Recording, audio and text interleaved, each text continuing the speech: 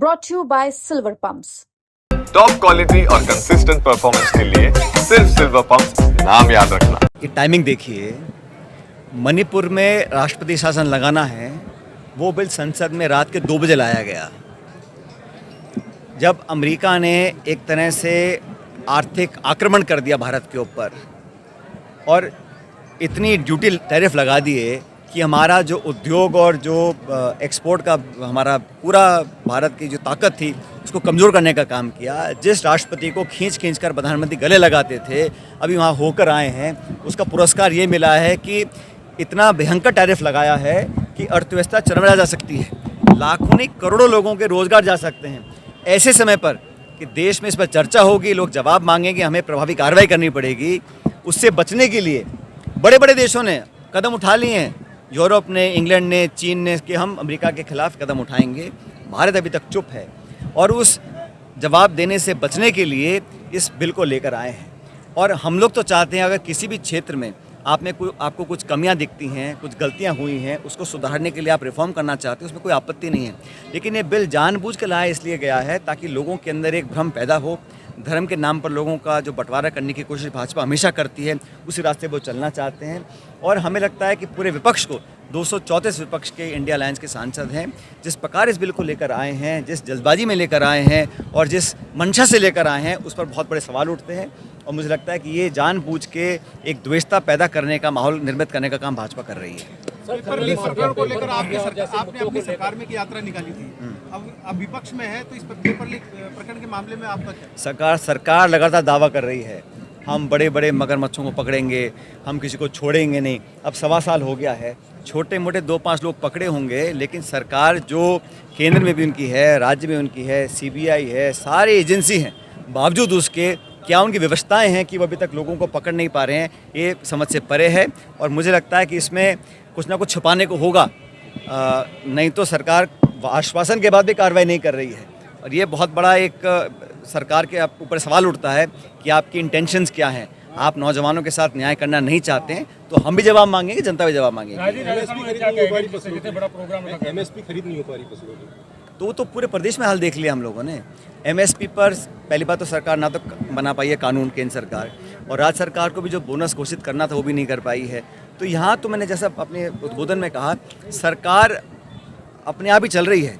इस पर नियंत्रण, इस पर प्रशासनिक जो कंट्रोल होता है वो सरकार का बिल्कुल नहीं है।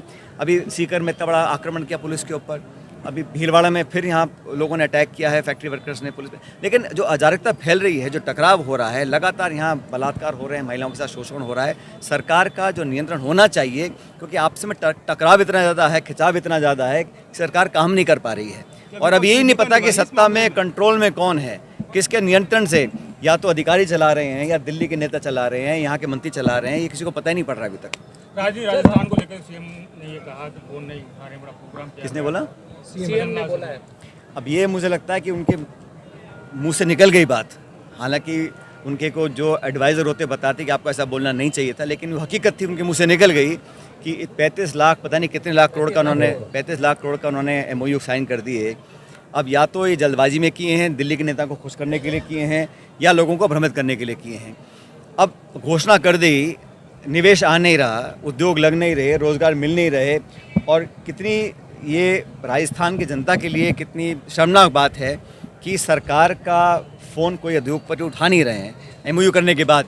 तो सरकार की जो क्रेडिबिलिटी है उस पर सवाल उठ गए हैं। अब भविष्य में कौन यहाँ पे आके भरोसा करेगा सरकार के कमिटमेंट्स के ऊपर?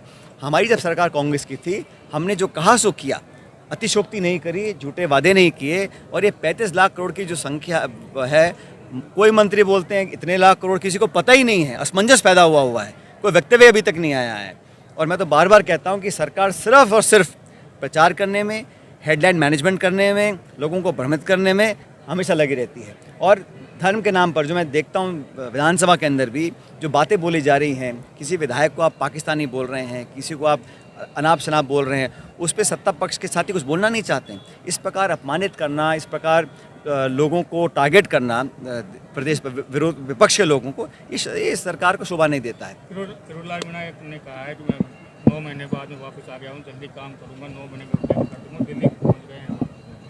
मैंने तो उनका स्टेटमेंट को देखा नहीं, लेकिन मैं इतना ही चाहता हूँ कि जब किसी को जिम्मेदारी मिलती है तो उसका पूरे मन से निर्वहन करना चाहिए, और अगर आप निर्वहन नहीं करना चाहते या नहीं कर सकते हैं तो छोड़ देना चाहिए। ये असमंजस में रख कर रहना नहीं रहना, इससे ना तो जनता का भला हो रहा है और ना सरकार को कोई लाभ मिल रहा है। वो तो वहाँ पे तो खिंचाव भी लगता है मुझे।